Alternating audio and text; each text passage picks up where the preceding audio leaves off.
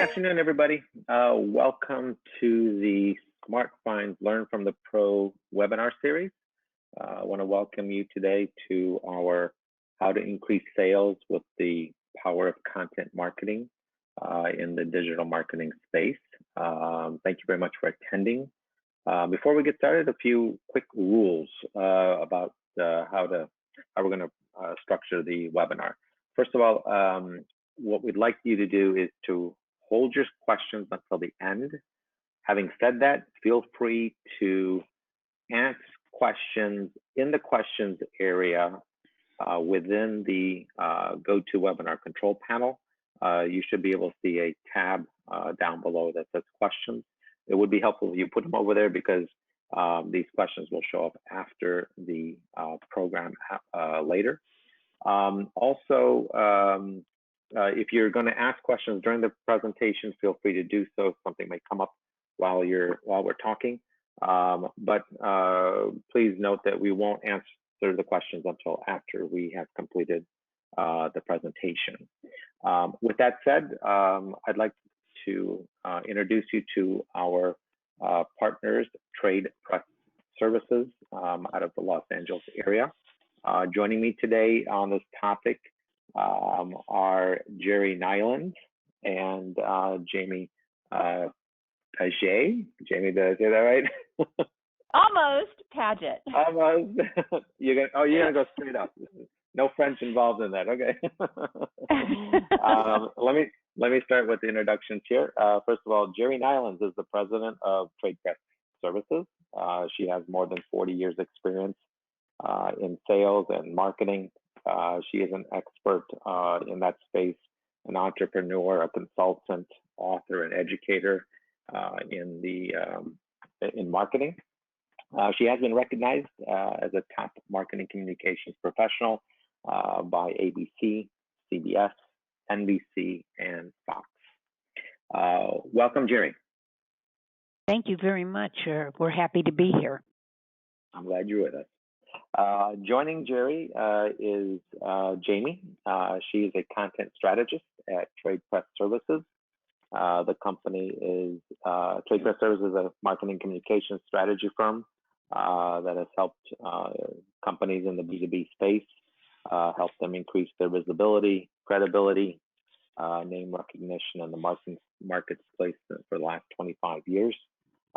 Jamie has a professional background in marketing, communications, public relations, writing, and editing. Jamie, welcome. Thank you. We're glad to be here. And thanks for joining. I do see that we do have some returning attendees from previous webinars. For those of you who don't know me, a quick introduction. I have over 30 years experience in marketing and advertising, going back to our company when it started in 1987. We started our internet group in 1994, and since 2004, we pretty much left vintage media behind us, and we're a full-service digital marketing agency. I am an industry author. You can find my writings on Search Engine Journal and Practical E-commerce, Cranes if you're in the Detroit area. I'm a speaker at conferences, radio shows, call me as a subject matter expert. Pretty much, it's been a long ride for the last 26 years, but it's been a fun one, watching the internet mature. And I would say since 2004, become a true strategic marketing tool for businesses. So it's been a wonderful ride. With that said, let me get started here on our presentation. Give me 1 second here. So what we want to start with today is what is content marketing? And with that said, I'm going to turn this over to Jamie. Great, thank you so much. So let's talk a little bit about what we're all here for. What is content marketing and how we can use it to grow our businesses? So the concept of content marketing has been around for decades, but that term, content marketing, and its role as a marketing tactic and initiative have gained incredible traction since 2007. So how do we define content marketing? According to the Content Marketing Institute, Content marketing is a strategic marketing approach focused on creating and distributing valuable, relevant, and consistent content to attract and retain a clearly defined audience, and ultimately to drive profitable customer action. So it's important to understand that content marketing is different from traditional product or service-based efforts, like a sales brochure. What it does is it answers the specific questions that people have and provides them with something of value that they can't get anywhere else. So we can go back just a slide. Content marketing, it attracts new audiences or leads to your company. It educates your audiences but doesn't sell them. It engages prospective and existing clients in an authentic way. It entertains them through the use of multimedia formats. It informs your audiences and provides them value. It persuades your prospects and customers and helps move them through your sales funnel. And it tells your brand story and helps communicate your company's mission and vision. Now we can go to the next slide. So whether you're a B2B or B2C company, content marketing has a lot of benefits. It promotes your brand visibility and your name recognition. The brand awareness reflects the degree of familiarity your audience has with your company and your message. This goes way beyond recognizing your logo. Content marketing gets your brand in front of the people who are looking for solutions to their problems. It also educates audiences. The purpose of any content marketing campaign is to ensure that when people are looking for answers, they find you. And the way to do this is to create educational content that informs and enlightens them, all of this without the hard sell. It also supports lead generation. One of the most important benefits is the way that content marketing generates inbound leads, bringing them directly to you.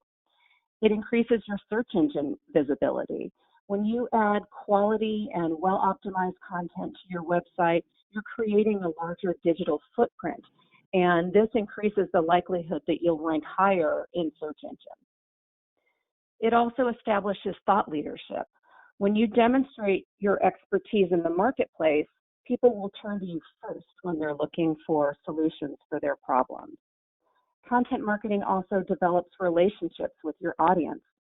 When you're consistently providing high-quality content that's relevant and valuable and frequent, you're connecting with your target markets and your audiences on a much deeper level.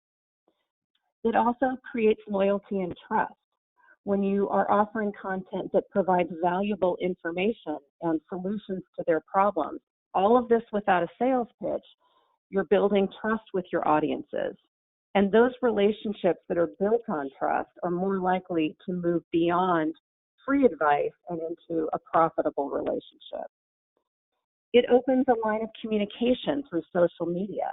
As your content is promoted and shared across all the different platforms, you can start connecting with these people one-on-one who shared your comment or commented on your post. This again helps support that trust and helps establish you as a reputable source for information. It provides value with no strings attached. Content marketing helps people connect with you freely without expecting anything in return, and this makes your business more approachable. It also moves your customers through the sales process.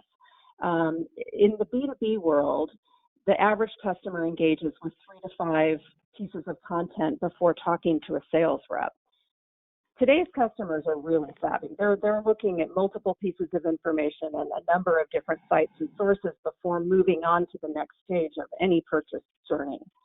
So by creating and providing the right content at the right time during that sales process, you can answer questions, you can enhance their opinion of you, and ultimately convert them from a lead into a paying customer.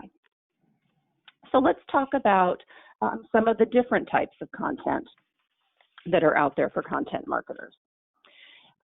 According to the Content Marketing Institute, a report that they published in 2020, these are the top 10 types of content being used. This is specific to the B2B market over the last 12 months. Number one is social media content. 95% of marketers are using it in the B2B space. Blog posts and short articles comes in second at 89%, and email newsletters are still holding strong at 81%. Interestingly, in-person events fall under content marketing. This may seem a little unusual, but what it does is it demonstrates the importance of and people's desire for that human connection. So no matter how authentic your content is, it's really just still, at the end of the day, words on a page. What we need to build around it is that human connection, whether it's by phone or in person or in webinars or through one-on-one dialogues online and social media. All of that helps support all the other content marketing initiatives. So rounding out the list are other formats of the top 10.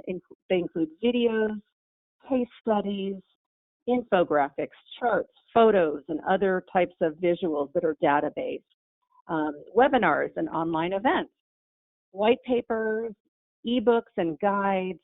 But these types of content, this is just the tip of the iceberg.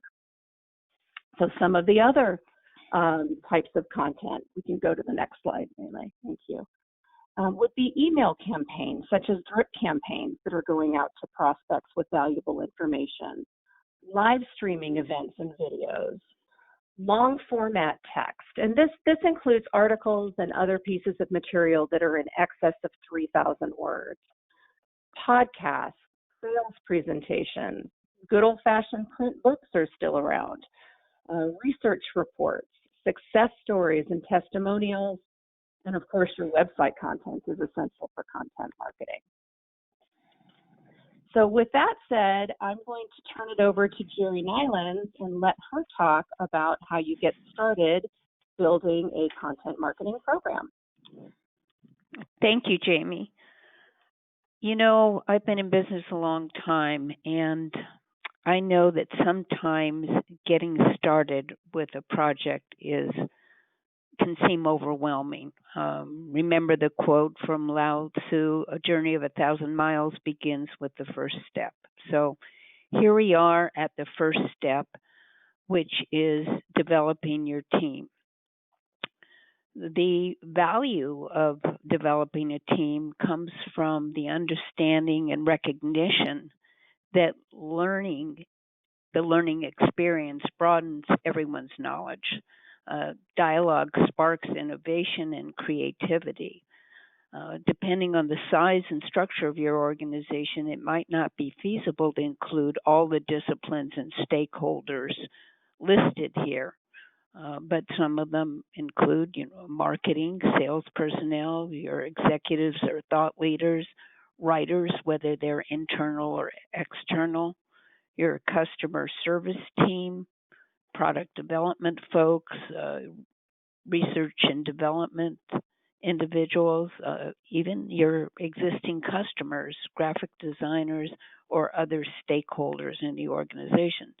Obviously, if your company is large, you will probably have a bigger team.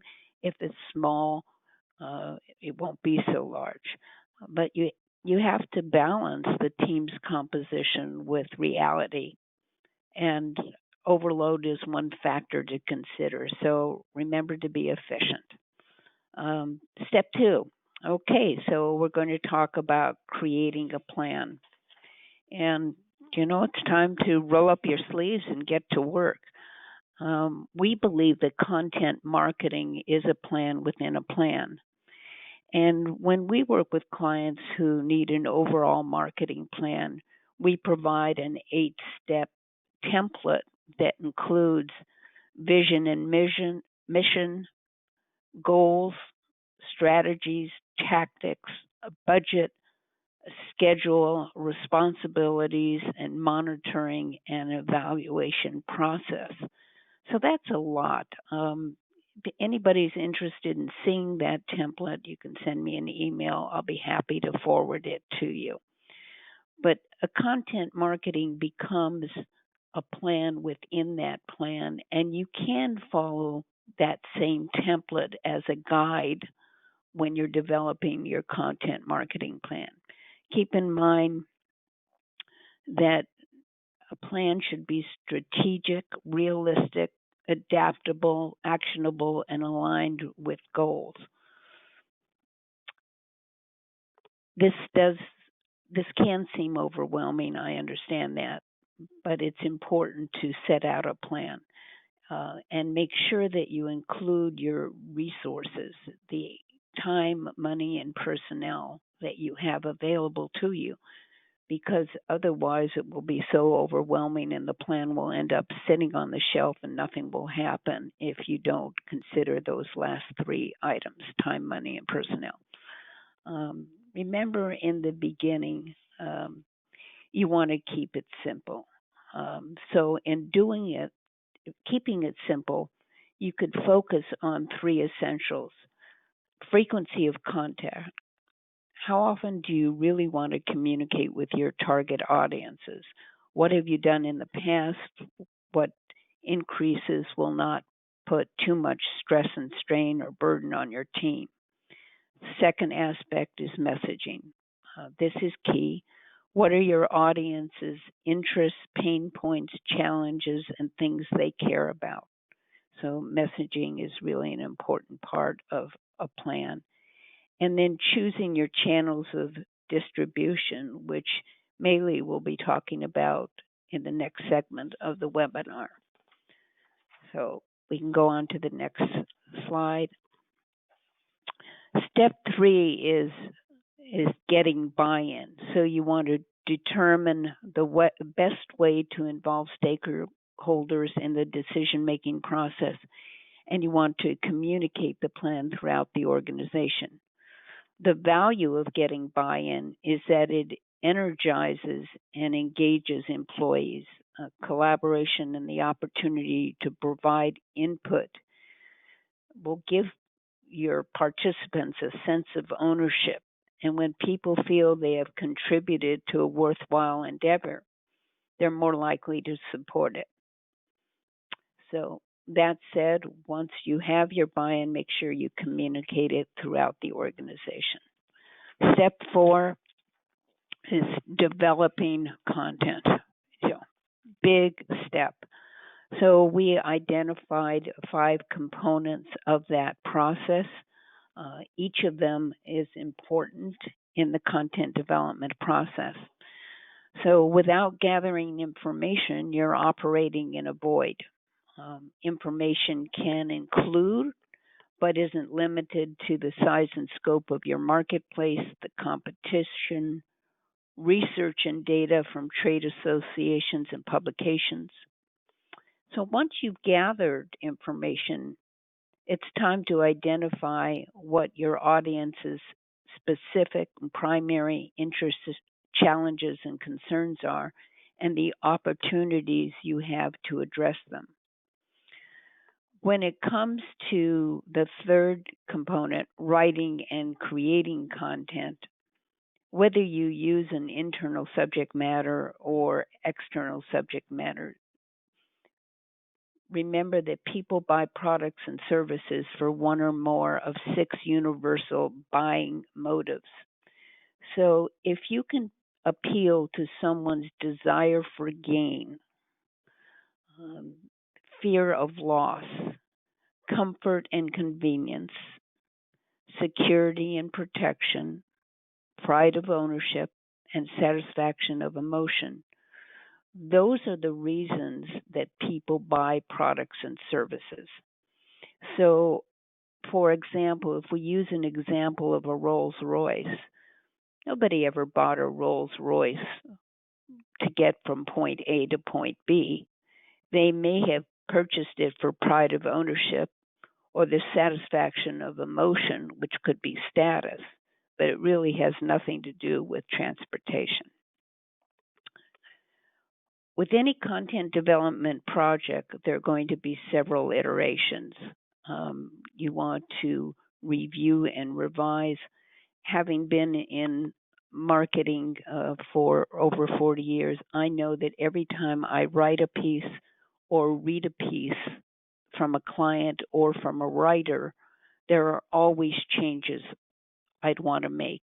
even after it goes to press. So be patient with yourself and know that the whole process of producing good, solid content is going to involve a process of review and collaboration with your team members. You want to make sure your content is strong, brand consistent, and engaging.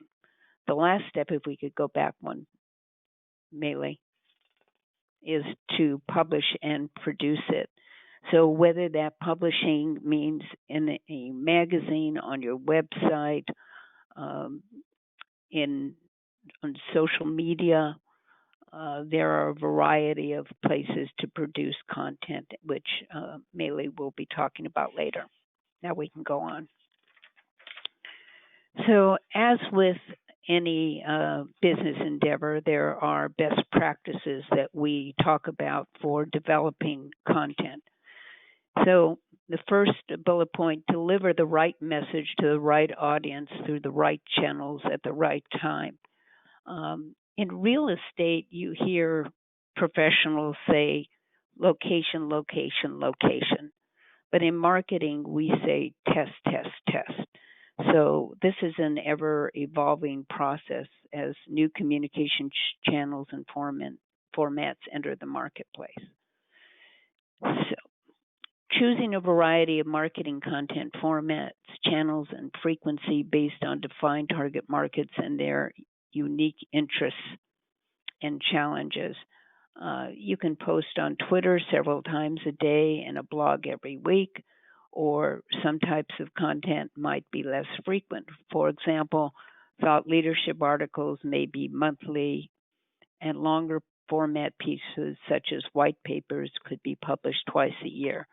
I highly recommend that when you produce your schedule, you look at the number of touch points you want to have with your target audience, and then figure out what formats are going to be best, and then calendar them out. And you'll see where you're top heavy and where you need to make adjustments. Thirdly, you want to identify and communicate your competitive advantage and corporate distinction. So what sets you apart from everybody else in the marketplace? What do you do better than anyone else? This needs to be meaningful and resonate with your audiences. You could have a corporate distinction that isn't important to your target audiences, so make sure you test that out. Okay. Focus on benefits, not features, by creating customer-centric content. So this goes back to the idea of appealing to people's buying motives. Next slide.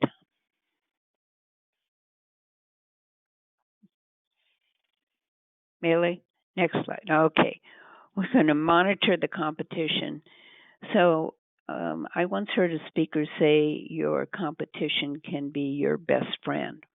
They show you what you're up against in the marketplace. You can find holes in what they're doing or not doing, and you can identify opportunities to do more. You want to collaborate with other departments and stakeholders. We talked about this earlier, the importance of getting buy-in and ensuring that all goals are being met. You want to test your activities against your plan, and also eliminate any misunderstandings that arise. You want to keep everybody unified and on the same page. You want to be going in the same direction, and this is why a monitoring and evaluation process is so important. Refresh and repurpose content consistently. This is an opportunity that many people just neglect. You don't have to reinvent the wheel every time. Use your website analytics to determine what's popular. Transform a long form content into multiple pieces. For example, a white paper can become several blogs or an article. It can become fodder for your newsletter and other social media posts. continually measure results and refine tactics, set realistic expectations about ROI. As we said earlier, test, test, test. Don't let your plan sit on a shelf. Review it regularly and monitor your performance. Be sure everyone understands that sales isn't the only measure of ROI. Consider other metrics such as search rankings, increased web traffic, new followers, and lower bounce rates. Those are some of the other ways to measure the success of your program. You want to focus on benefits, not features, by creating customer-centric content. We've talked about that before, really what's important to your customers. Okay, so that completes our portion of the webinar. We're going to turn the program over to Mele, and he's going to talk about content distribution. Jamie, Jerry, thank you very much. That was great. I thought there was some interesting parts in your discussion points. And Jamie, one of the, as you were talking, one of the things that was coming to my mind is I do find, for example, we'll get an email from somebody through our website that says, "Hey, can you help me with social media marketing?" And it's funny because it's when you start talking to them and you say, okay, where's the content coming from that we're going to share in your social communities? All of a sudden, there's a blank stare or this long silence on the phone. and it's evident, it sounds to me like, businesses aren't quite, or at least some people are not in tune with what is social media marketing for a business.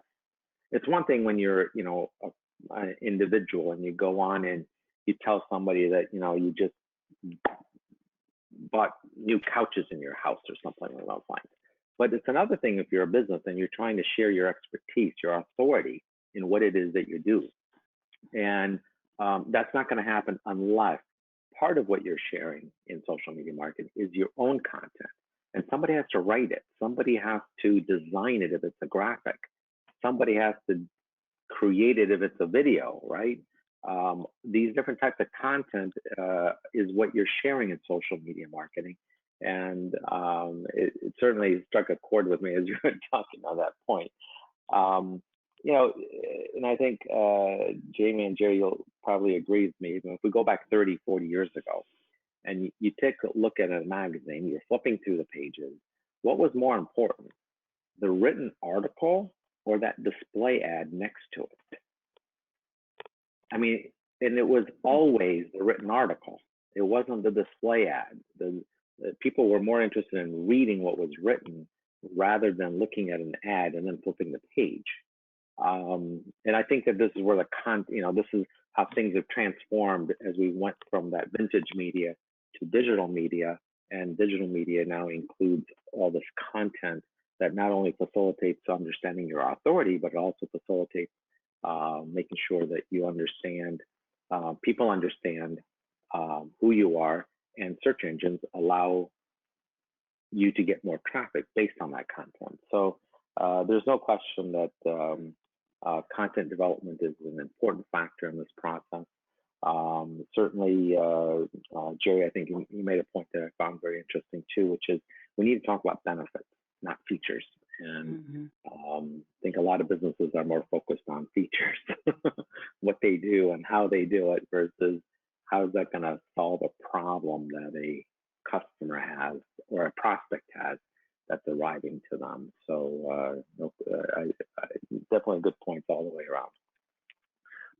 With that in mind, let me move on to once you have all this content, what do we do with it? And developing is number one, distributing is number two. There's no question that you need to understand where you're going to go with it. And it's not just about, hey, let's throw it on Facebook or let's throw it on LinkedIn. because there's an important process in what you do. First of all, you're publishing it on your blog. That's got to be the #1 location for all of your efforts. You're sharing it in your social community. And it's not just about sharing, you have to nurture it. Now, granted, let's say that you're posting once a week. Once a day, you might be sharing 5 or 10 different items within your, let's say, your LinkedIn account.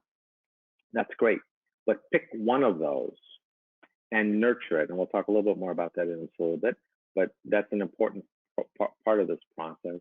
And promoting is an option. And what I mean by promoting is that you can, in fact, use an advertising platform to take your content, like your written story, and get it out to the world. So there are methods of distribution, and we have to go way beyond just your blog and your social community, your social media. When you think about the process, and some of this does come down to the nurturing process. So what we're saying is, in your nurturing process, you're going to educate your target audience. In educating them, you're showing your authority. You know what you're talking about. You're going to bring up points. For example, if you shared something on LinkedIn, create your own comment and bring up a point that might not be in that article that you just shared or that blog post. Explain something, and as Jerry was mentioning earlier, identify the benefits of what it is that you're sharing. That's going to be the piece that's going to show your authority. And during this process of distributing your content, you're gaining authority, credibility, brand awareness, and brand recognition. All the pieces flow, but what I will say this, when you're talking about this process, and it is a process, consistency is important. In other words, if you just post a blog item on, and I'm just going to set this as an example, in January, and then you don't post your next blog until April, that's not going to exactly generate the volume and the consistency that people need to recognize your brand. Your brand's going to get lost. I mean, forget 90 days. It's going to get lost in 30 days if you're only posting once a month. You need to get to the point where you're posting at least once a week. And if you're posting only once a week, then you're going to need to nurture what it is that you're posting and sharing. And we'll get to that in just a minute. But this process is about identifying your authority. And we can't forget the fact that all of this work is actually not only about your brand and your authority, but how you take this work, all this work that you're doing, because it is labor intensive, whether you do it internally, whether somebody else does it for you. We're also having to consider Google. And Google is an 800-pound gorilla when it comes to the internet.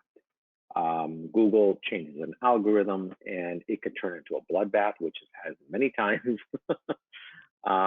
Or Google could change an algorithm or tweak something, and it has an impact on how you're going to continue that process of getting your content distributed. So some of the things that I would recommend as we are now in 2020, #1, focus on something niche. Pick a narrow topic. The amount of noise on the web is immense, whether you're talking about LinkedIn or Twitter or Facebook or Instagram or ScoopFit or Flipboard, take your pick, it doesn't make a difference. The narrower you go, the better off you're going to be. And narrow means pick one thing within your services and your products and focus on that. Use that as your lead generator. Once you get the prospect, you can pitch them everything in the world that you have, but get them in the door. And in today's market, based on the volume that we're dealing with, it has to be a narrow topic, #1. And second of all, narrow topics also include long tail keywords. In other words, 3, 4, 5-word phrases that you're focusing your content and your distribution about. The distribution process by default generates links back to your website. The more links you have, the more popular you are. So that's an important factor in this process. Google does base its ranking on who has the most links and those who is more popular. And this popularity contest is based on those links that are coming from other sources on the web back to your website. With that said, I would highly recommend that you don't just share a link to your homepage, because that's not going to generate the popularity that Google is requiring nowadays. Diversify your links. It's an inside page, or it's multiple inside pages that you're sharing, plus your homepage. Be very focused on in how you're generating your links. Be very focused on the topics that you're talking about, and diversify your distribution process.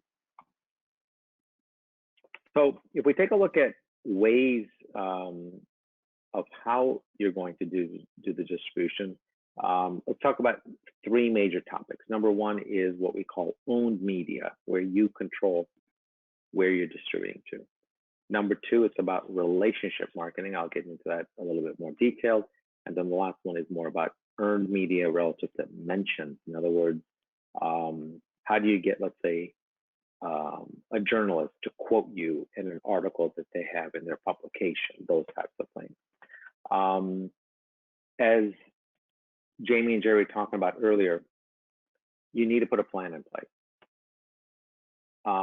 However, that plan has to be flexible.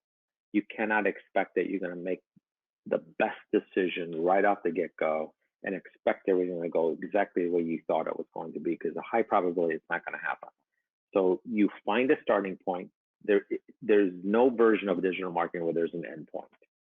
So you find a starting point, you see what the results look like, let's say using Google Analytics, or your leads or your CRM system. And based on those results, you're going to go through a process called conversion rate optimization, which we discussed that in our Learning from the Pros webinar back last June. We can make that particular presentation available to everybody here today as well. But trial is something that you're going to have to get used to. Making mistakes is something you're going to have to get used to. And based on your experience, you're going to keep redefining and improving what it is that you're doing. So when we talk about owned media, basic steps. Number one, it's your website's blog. I think that's an easy concept. However, I will say, I do want to point something out. Google has an algorithm called duplicate content. And if you go on the web and you take a look at all these different experts that are all saying different, variations of the same thing, I will say that if you post on your blog first, the probability is much less likely that Google believes that your blog is the duplicate version. You don't want Google to think that what's on your blog is duplicate. As a matter of fact, I would go as far as saying, post on your blog, wait 24 hours, and then start your distribution everywhere else. Social communities, I think that's fairly simple. Your Facebook, your Instagram, your Twitter, your LinkedIn, both on your company profile, but especially in LinkedIn's case, don't forget to post it on your individual profiles as well. And different companies have different ways of approaching this. Some of them will say, hey, there's only one person that I want to do this.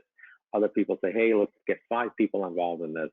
And everybody share that same piece within their network and their community. I think that's the more people are involved, the better your distribution. There's no question. When you're sharing, think about how many different people might be able to get involved in this process. You might have one person that handles the nurturing process, but I think the more people that can share, the better off you are. Your company newsletter is an owned media. That's where you have control. Another location would be curation websites. If you're not familiar with these, you can look them up. Scoop It, Paper.li, Flipboard, or go to Google, type in curation websites, and take a look at all the variations that are out there on the internet.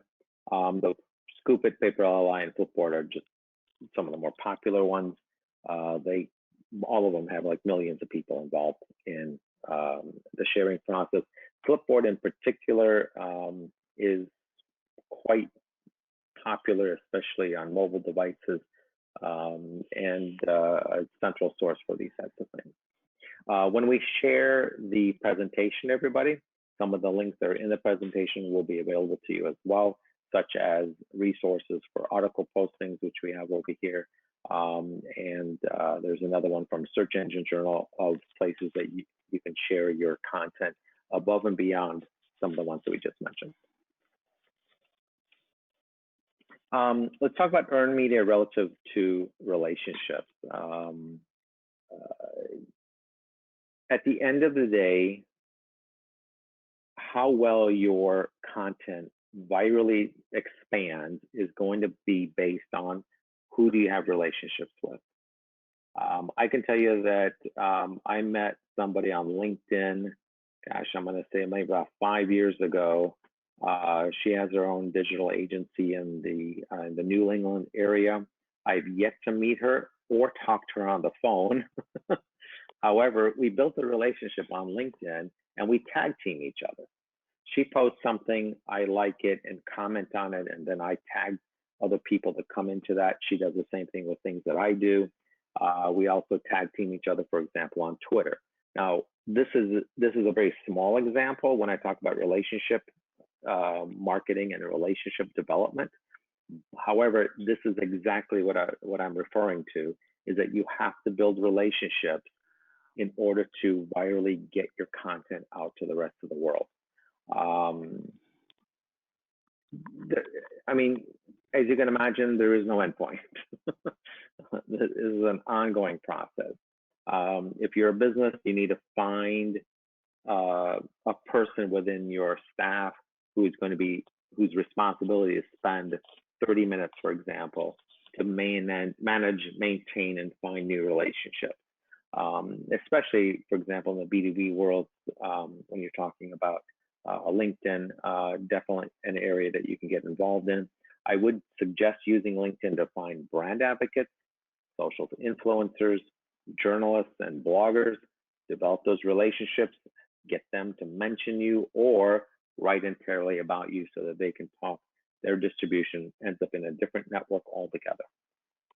Anytime that you're building relationships, don't forget to like, comment, share what other people are doing. They will in turn reciprocate that to you. The most important piece that I will tell you, especially now that we're in 2020, I mean, it was one thing when, let's say, Twitter started in 2006, 2007, and everybody just kind of wildly went, amok, so to speak, in terms of how they were using Twitter to generate revenue. In today's world, you're going to have to be consistent and be sure that you're genuine. If there's any idea that what you're doing is just a task and that you're not really interested in the other side, then you're not doing relationship marketing.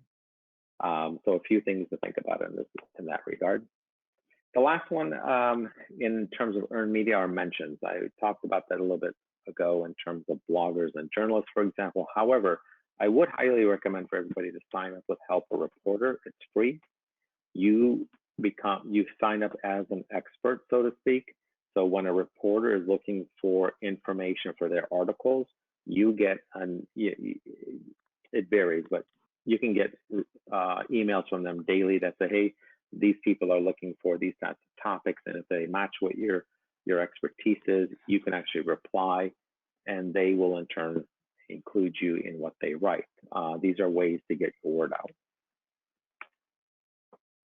I'm going to kind of breeze through the rest of this as we're going to slowly start to run out of time. But I do want to talk about an inbound marketing strategy, everything what we're talking about: content development, content distribution, posting on your blog, and using your website to generate the responses that you're looking for is all about taking your website, your content marketing, your social media marketing, and if you're a business that's dependent upon the local geography for your revenue, then you want to use the local ecosystem and take all 3 or 4 of these pieces and make them work together by taking your content and distributing through all 4 channels. I talked about this a little bit earlier, and I think it's an important factor.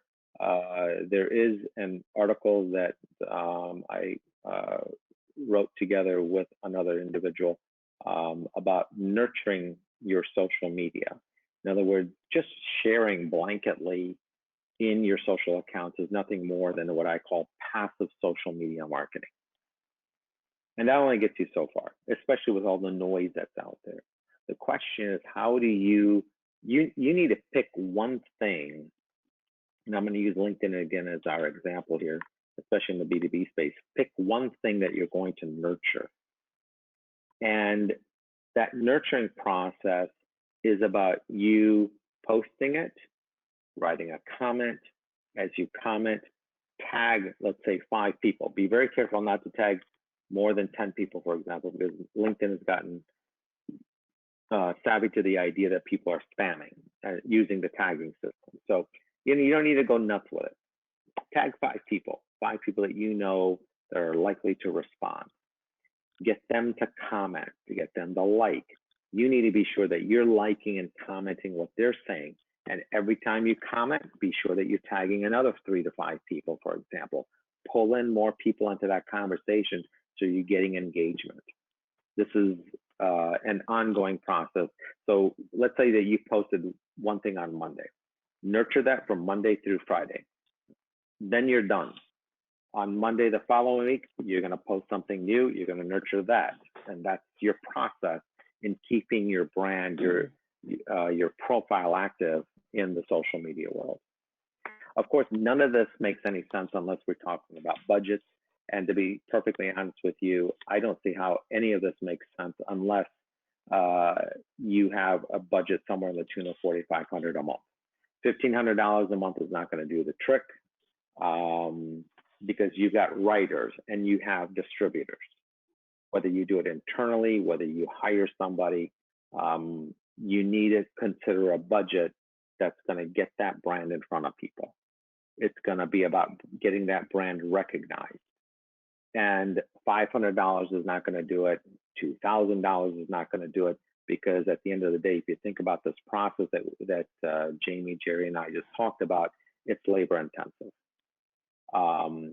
Keep in mind that advertising has become second fiddle to this process, and just throwing advertising dollars out the window doesn't work either. So you need to find some type of solution where you're going to run this investment ongoing every month. And that may or may not appeal to everybody. Some people are going to say, hey, why can't I do it for $1,000? And the reality is that, well, you can maybe if you can find somebody to consistently write, if you can find other people to turn around and do the posting for you. You got to find the balance that you're looking for, whether you share the process with a vendor or a strategic partner, or whether you outsource it entirely. Even if you do it internally, you have to think about the people that you're going to need to utilize, and there's a cost associated to that as well. So anyway, these are the types of things that we have to keep in mind. And with that in mind, I'm going to open this up to questions. Real quickly, at the end of this presentation, there's information about SmartFinds. There's information about trade press services. We do have our contact information in here. I won't go through all that right now. Rather, let's just open this up to questions. And I'm certainly open to feedback from Jerry and Jamie about some of the things I just talked about.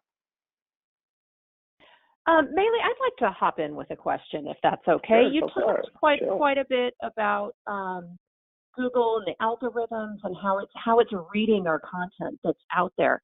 It seems like these algorithms are changing all the time.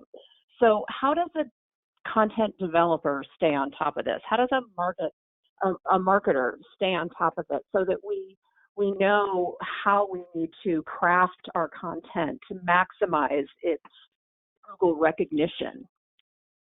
I don't know that there's anything that you can do per se in the content development space, because like you said, this is an ongoing process. At least once a quarter minimum, there's some massive algorithm change that takes place with Google. Um, Google's initial impetus, especially in 2004 and beyond, has been how do I reduce spam in my search results? And on the one hand, Google's algorithms are designed to protect us. On the other hand, it makes our life difficult. It's kind of like going to the airport, right? You have, whatever, let's say 10,000 people in the world that are terrorists, and yet 8 billion people have to fuss with going through security in an airport. But as far as Google is concerned, I would say keep to what you're doing and what you're doing best. In other words, identify your services, your products, your brand. Stay focused on these items in your writing. And by default, you're going to end up adhering and rising in the Google rankings anyway.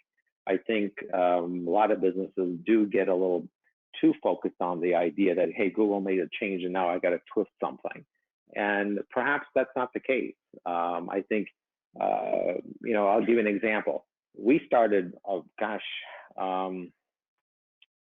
going to go back maybe 7 years ago-ish, somewhere in that neighborhood, maybe 5 to 7 years ago. And we slowly took our clients off of advertising on Google and moved the advertising, for example, to social media advertising instead. And I think the same concept applies over here. There's only so far you can go to try and meet Google's requirements. At some point, you just have to say, this is what I'm doing, and I can't do any more. So what if we were to focus our attention using our labor time into LinkedIn, for example, and doing an outreach program inside of there? Right. That makes perfect sense. We got to stay in our lane, so to speak. Exactly. It's just,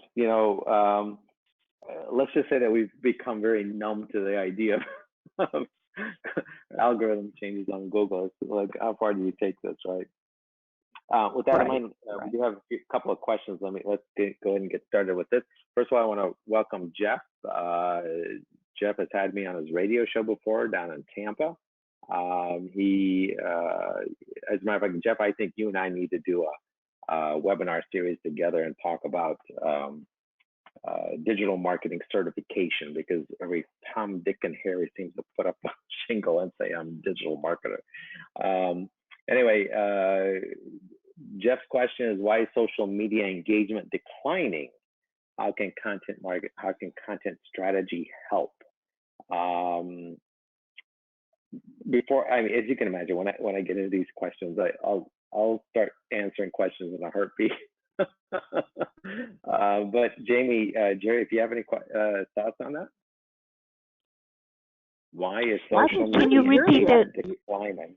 Yeah, sure. Let me repeat it. Why is social media engagement declining? How can a content marketing strategy help relative to social media decline? I didn't know that social media engagement was declined, but I think content is the backbone of marketing. I mean, without it, you have nothing to say, nothing to offer. And I think that, we talked a lot about the different types of content marketing that you can produce. What we haven't talked a lot about is the process for developing content. And if you can streamline that process and, make it very routine, I think that's important. So in developing content, you're going to have somebody interviewing subject matter experts. You want to produce an outline. You want to do your research to support and round out whatever your subject matter experts are saying. Create a first draft, and then you get involved in the edit and the review process.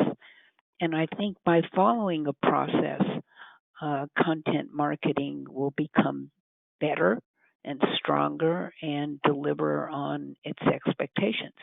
I also think it's important to recognize that not all subject matter experts are good writers, and people who speak for a living, or radio show hosts and podcasts, they serve a tremendous purpose, but it doesn't necessarily mean that they're good writers. And we have to be aware that the two mediums are very different and tap into the people who really know how to write and develop content. When we're looking at the written word. Sure, and I'm going to take that one step further, and I'm going to say that I think a lot of businesses are passive in their social media marketing efforts. They go to Hootsuite, they schedule a bunch of tweets and LinkedIn posts and so on and so forth, and then they walk away. And I think that's the part that makes this difficult. You have to continually like, comment, and share what other people are doing. You're going to have to make new connections, because without new connections, nothing expands. And more importantly, I think you have to nurture the content that you're sharing. In other words, tag people, get them to comment. You need to reply back to what they're doing. And as you can imagine, you can't do this with 100 things that you're posting. Rather, like I said, the best thing to do is just go for quality over quantity. Pick one item, if that's what's going to fit within your schedule, your budget, and your labor time. Pick one item and nurture it from Monday through Friday. You'd be amazed about the relationships that you've developed. You'll be surprised at the engagement that other people get involved with you. But this is an active process. It is relationship marketing. And so the idea that engagement is declining is purely based on the fact that it's either the advertising industry using content marketing against for itself, or what we're running into is the fact that businesses just aren't doing what they need to do to get this happening. With that in mind, let's move on to the next question here. We have another question here from Kelsey. Are there any industries that don't benefit from content marketing? Well, that's an interesting one. Are there any industries that don't benefit from content marketing? I can't. My answer would be a resounding no. Right.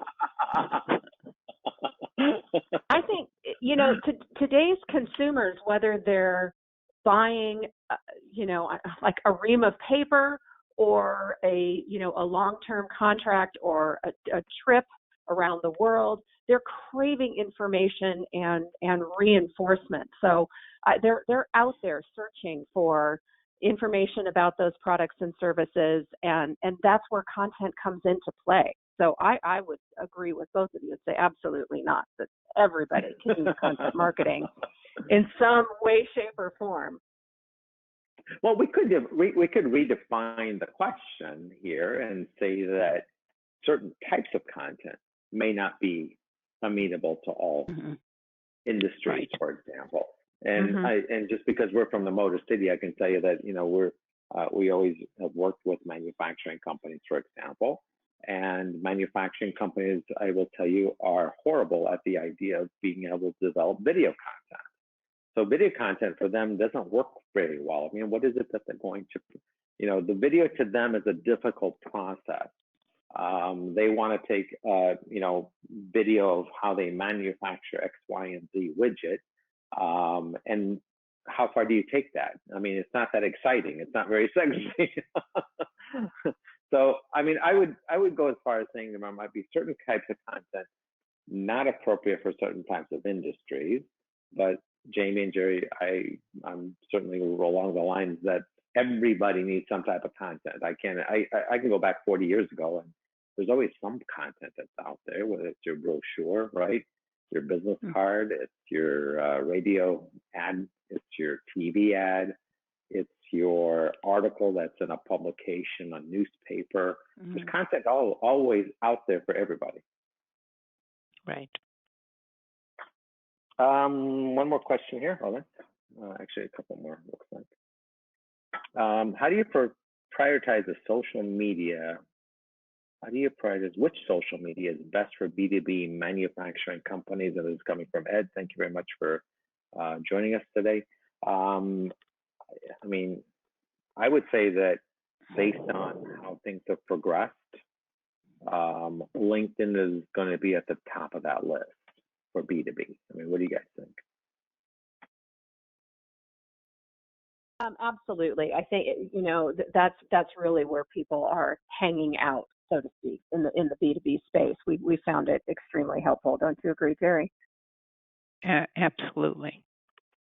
I mean, in the B2B Yep. space, I can tell you that I must get at least 50 emails in my LinkedIn inbox for people that are trying to sell me lead generation all day long. Well, that's funny.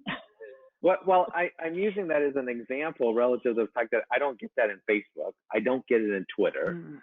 I don't see it in Instagram. I mean, certainly Pinterest is way outside the norm of something like this. Even if I'm even Scoop It, for example, a content curation website has turned into a content curation community. Same thing with Flipboard. It's not like anybody's pitching me over there for lead generation. So I got to kind of go down the path that this is better designed. LinkedIn is better designed for the B2B spaces, including manufacturing. As a matter of fact, Ed, I will tell you that I had a conference call with a Michigan manufacturing company earlier this week, and one of the things we looked at using LinkedIn's Sales Navigator premium service is we were able to identify manufacturing reps inside of LinkedIn that were active in the last 30 days in a few thousand.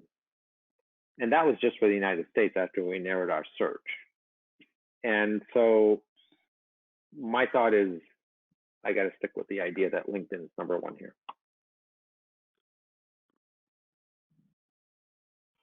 With that in mind, it's been an hour. We've had some good questions. We've had some good conversations. It's been wonderful having Jamie and Jerry join our Learn from the Pros series. Thank you very much for joining us, and it was great working with you in the last couple of months to get to this point. I certainly enjoyed it.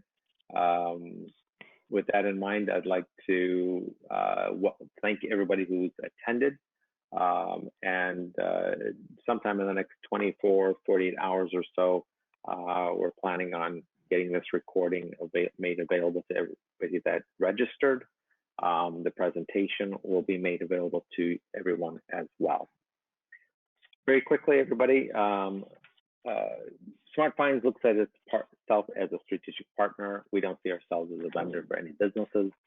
With that in mind, we have been in business for over 25 years. We are a Michigan 50 Company to Watch award winner, and our primary core is to manage our website, our clients' web presence. We manage everything from their registrar to their emails to their servers on a technical basis, but we also go through the process of research, strategy, and planning.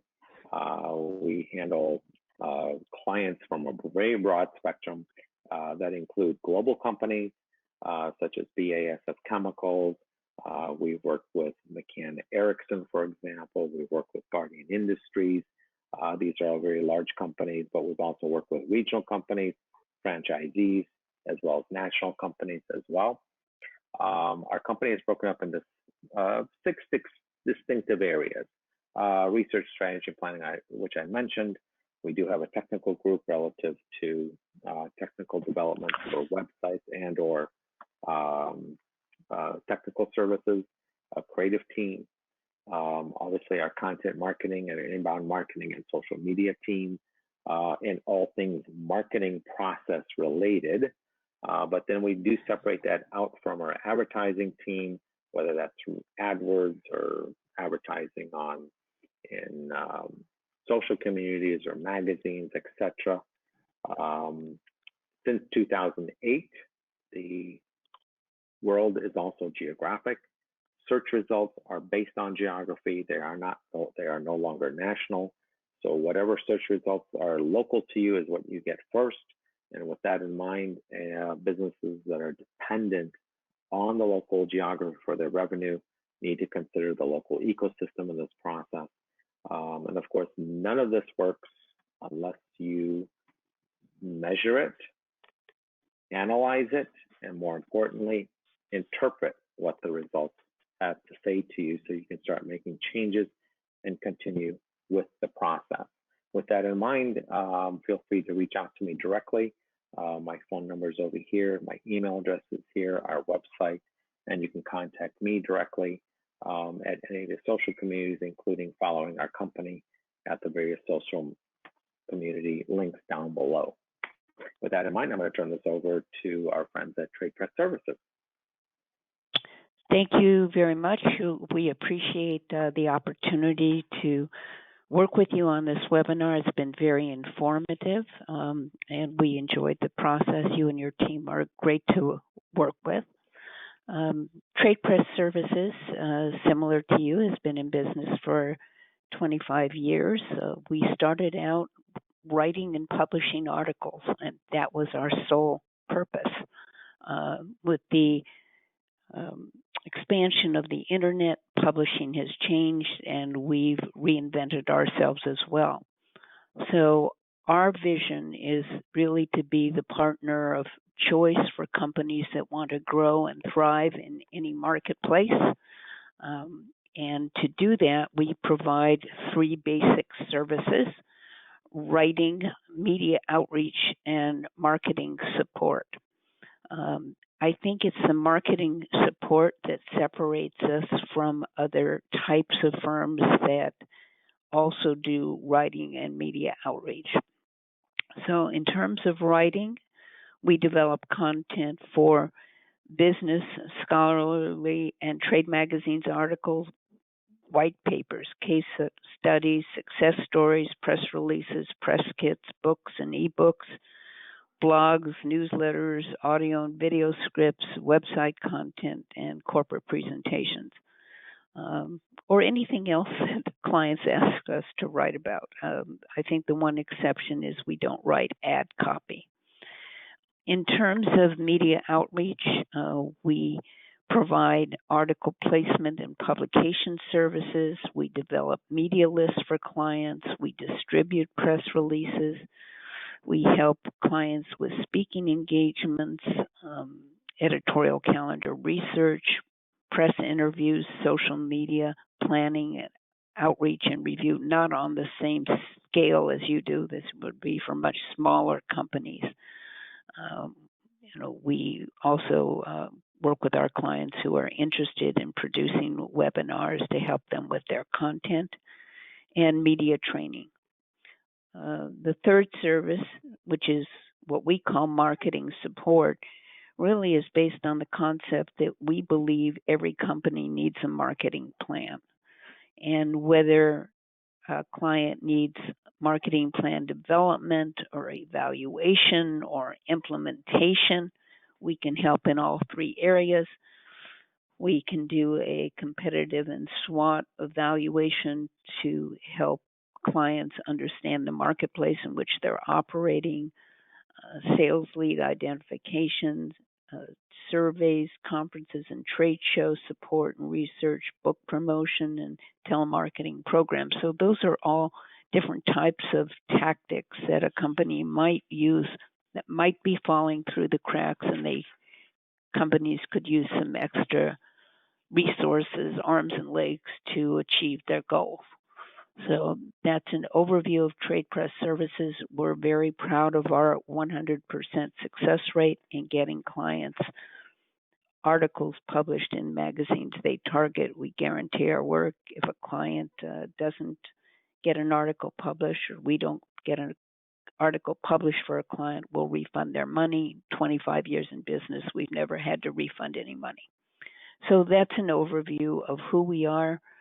We work with B2B companies, have done a lot of work with professional services firms, architects, consultants, trainers, speakers, technology services companies, engineers, but also some work in manufacturing as well.